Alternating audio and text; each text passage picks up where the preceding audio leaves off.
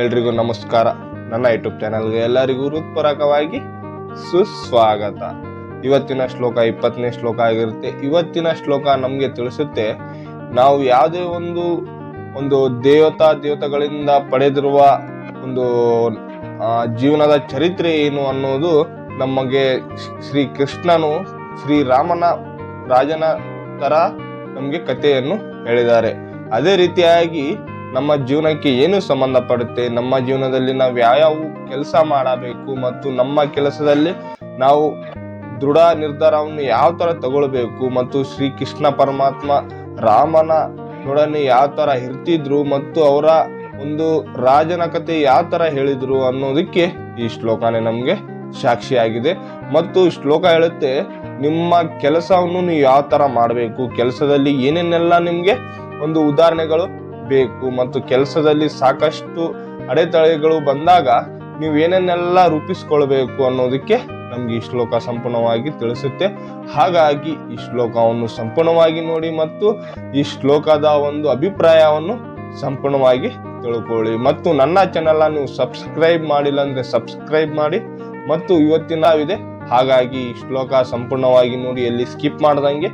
ಮತ್ತು ಇವತ್ತಿನ 20ನೇ ಶ್ಲೋಕ ನಮ್ಮ ಒಂದು ರಾಮನ ಬಗ್ಗೆ ಮತ್ತು ರಾಜನ ಯಾವ ತರ ಬದುಕಿನಲ್ಲಿ ಇದ್ದರು ಮತ್ತು ಕುರುಕ್ಷೇತ್ರ ಯುದ್ಧದಲ್ಲಿ ಯಾವ ತರ ಅರ್ಜುನನಿಗೆ ಒಂದು ಇಬ್ಬರು ಶ್ರೀ ಕೃಷ್ಣ ಪರಮಾತ್ಮ ಮತ್ತು ರಾಮನು ಅವರಿಗೆ ಯಾವ ತರ ಒಂದು ಶಕ್ತಿಯನ್ನು ಕೊಟ್ಟರು ಅನ್ನೋದಕ್ಕೆ ಈ 20ನೇ ಶ್ಲೋಕ ನಮ್ಗೆ ಶ್ಲೋಕವನ್ನು ಸಂಪೂರ್ಣವಾಗಿ ನೋಡಿ. ಮತ್ತು ಈ 20ನೇ ಶ್ಲೋಕ ಏನಿದೆ ಮತ್ತು ಶ್ರೀರಾಮನು ಯಾವ ತರ ಶ್ರೀ ಕೃಷ್ಣ ಪರಮಾತ್ಮನು ಇವರಿಬ್ಬರ ನೊಡನೆ ಅರ್ಜುನನಿಗೆ ಏನೆಲ್ಲ ಸಿಕ್ಕಿದೆ ಅಂತ ತಿಳ್ಕೊಳ್ಳೋಣ ಬನ್ನಿ. 20ನೇ ಶ್ಲೋಕ ಹೇಳುತ್ತೆ, ಕರ್ಮಣ್ಯಂ ಹೇ ಸಂಸಿದ್ಧ ಮಸ್ತಾಸ್ತ ಜನಕಾದಾಯಂ ಲೋಕ ಸಜ್ಞಗ್ರಹಮೇವಾಪಿ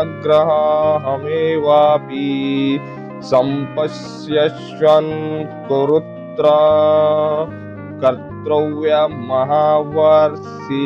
ಇದರ ಅರ್ಥ ಏನಂದ್ರೆ, ಜನಕಂತಹ ರಾಜರು ನಿಂದರಿಂದಲೇ ಪರಿಪೂರ್ಣತೆಯನ್ನು ಪಡೆದರು.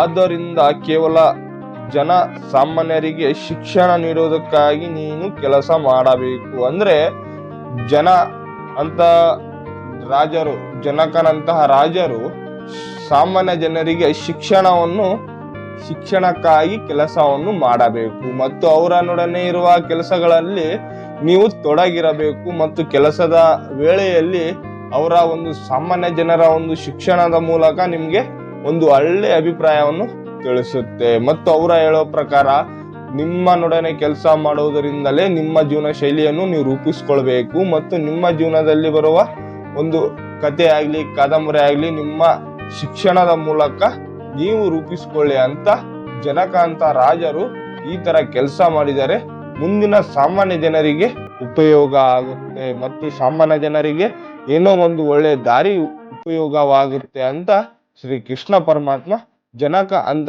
ರಾಜರಿಗೆ ತಿಳಿಸುತ್ತಾರೆ. ಜನಕ ಅಂತ ರಾಜರು ಅಂದ್ರೆ ನಮ್ಮನೊಡನೆ ಇರುವ ಮೊದಲಿನ ರಾಜರಿಗೆ ಅವರ ಹೆಸರು ಹೇಳಲಾರದಂಗೆ ಅವರಿಗೆ ಜನಕ ಅಂತ ಈ ಭಗವದ್ಗೀತೆಯಲ್ಲಿ ನಮ್ಗೆ ತಿಳಿಸುತ್ತಾರೆ. ಮತ್ತು ನಮ್ಮ ಮುಂದಿನ ಭಾವಾರ್ಥ ಅಂದ್ರೆ ಸಂಪೂರ್ಣ ಅರ್ಥ ಹೇಳುತ್ತೆ, ಜನಕಾಂತ ರಾಜರು ಆತ್ಮ ಸಾಕ್ಷಾತ್ಕಾರ ಪಡೆದರು. ಆದ್ದರಿಂದ ವೇದಗಳಲ್ಲಿ ಹೇಳಿದ ಕರ್ತವ್ಯಗಳನ್ನು ಅವರು ಮಾಡಬೇಕಾಗಿಲ್ಲ. ಅಂದ್ರೆ ವೇದಗಳಲ್ಲಿ ನೀವು ಈ ತರ ಕರ್ತವ್ಯ ಮಾಡಬೇಕು, ಆ ತರ ಕರ್ತವ್ಯ ಮಾಡಬೇಕು ಅಂತ ತಿಳಿಸಿದಾಗ ಜನಕಾಂತ ರಾಜರು ಹೇಳ್ತಾರೆ, ನಾವು ವೇದಗಳಲ್ಲಿ ಇದ್ದಂಗೆ ಮಾಡಲ್ಲ, ನಮ್ಮನೊಡನೆ ಏನೇನೆಲ್ಲ ಕಷ್ಟಗಳು ಇದಾವೆ, ಸಾಮಾನ್ಯ ಜನಗಳಿಗೆ ಕಷ್ಟಗಳು ಏನಿದಾವೆ ಅವರನ್ನೊಡನೆ ಇದ್ದು ಅವರ ಕೆಲಸವನ್ನು ನಾವು ಸಂಪೂರ್ಣವಾಗಿ ಮಾಡ್ತೀವಿ ಮತ್ತು ಅವರಿಗೆ ಬೇಕಾಗಿರುವ ಸೌಲಭ್ಯಗಳನ್ನು ನಾವು ಒದಗಿಸ್ತೀವಿ.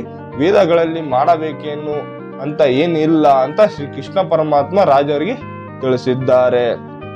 ಮತ್ತು ಆದರೂ ಜನಸಾಮಾನ್ಯರಿಗೆ ಮೇಲ್ಪಂಕ್ತಿಯಾಗಲು ಅವರು ಎಲ್ಲ ನಿಯಮಿತ ಕರ್ತವ್ಯಗಳನ್ನು ಮಾಡಿದರು. ಅಂದ್ರೆ ಅವರಕ್ಕೆ ಮೇಲೆತ್ತಬೇಕು, ಇವ್ರಿಗೂ ಸಹ ಯಾವ್ದಾದ್ರು ಒಂದು ಒಳ್ಳೆ ಅಭಿಪ್ರಾಯ ಇರಬೇಕು, ಅವ್ರಿಗೆ ಒಂದು ದೊಡ್ಡ ಸಾಧನೆಗಳನ್ನು ನಾವು ಹುಡುಕೊಡಬೇಕು ಮತ್ತು ಅವ್ರಿಗೂ ಮೇಲೆ ಎತ್ತಬೇಕು ಅನ್ನೋದಕ್ಕೆ ಈ ಶ್ಲೋಕ ನಮ್ಗೆ ಹೇಳುತ್ತೆ.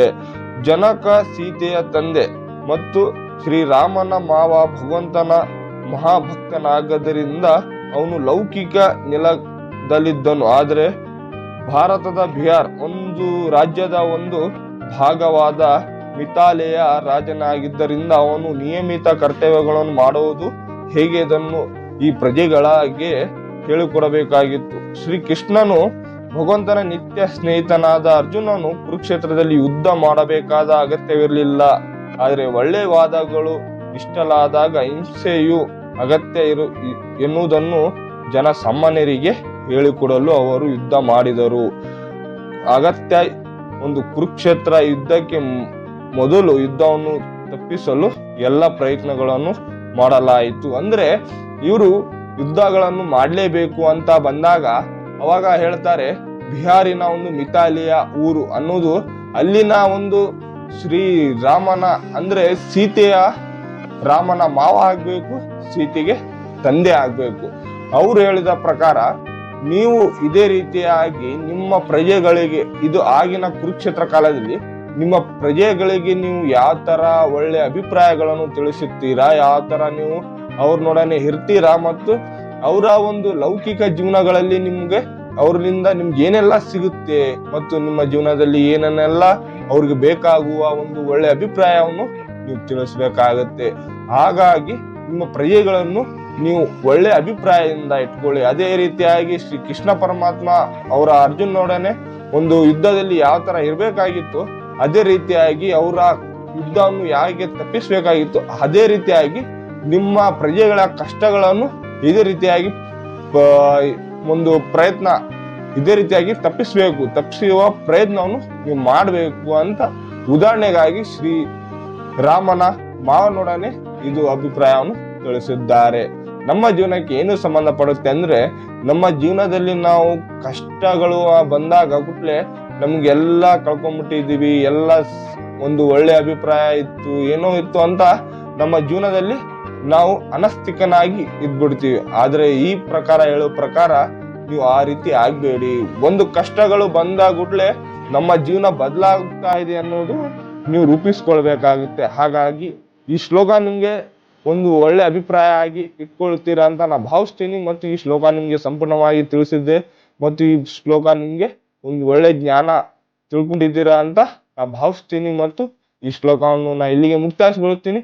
ಈ ಶ್ಲೋಕ ಮುಕ್ತಾಯಿಸ್ಗೊಳಿಸೋಕ್ಕಿಂತ ಮೊದಲು ಶ್ರೀ ಕೃಷ್ಣ ಪರಮಾತ್ಮನ ಒಂದು ಜಪ ಮಾಡಿ ಇಲ್ಲಿಗೆ ಮುಕ್ತಾಯಿಸ್ಗೊಳಿಸೋಣ. ಬನ್ನಿ ಆ ಶ್ರೀ ಕೃಷ್ಣ ಪರಮಾತ್ಮನ ಜಪ ಮಾಡೋಣ.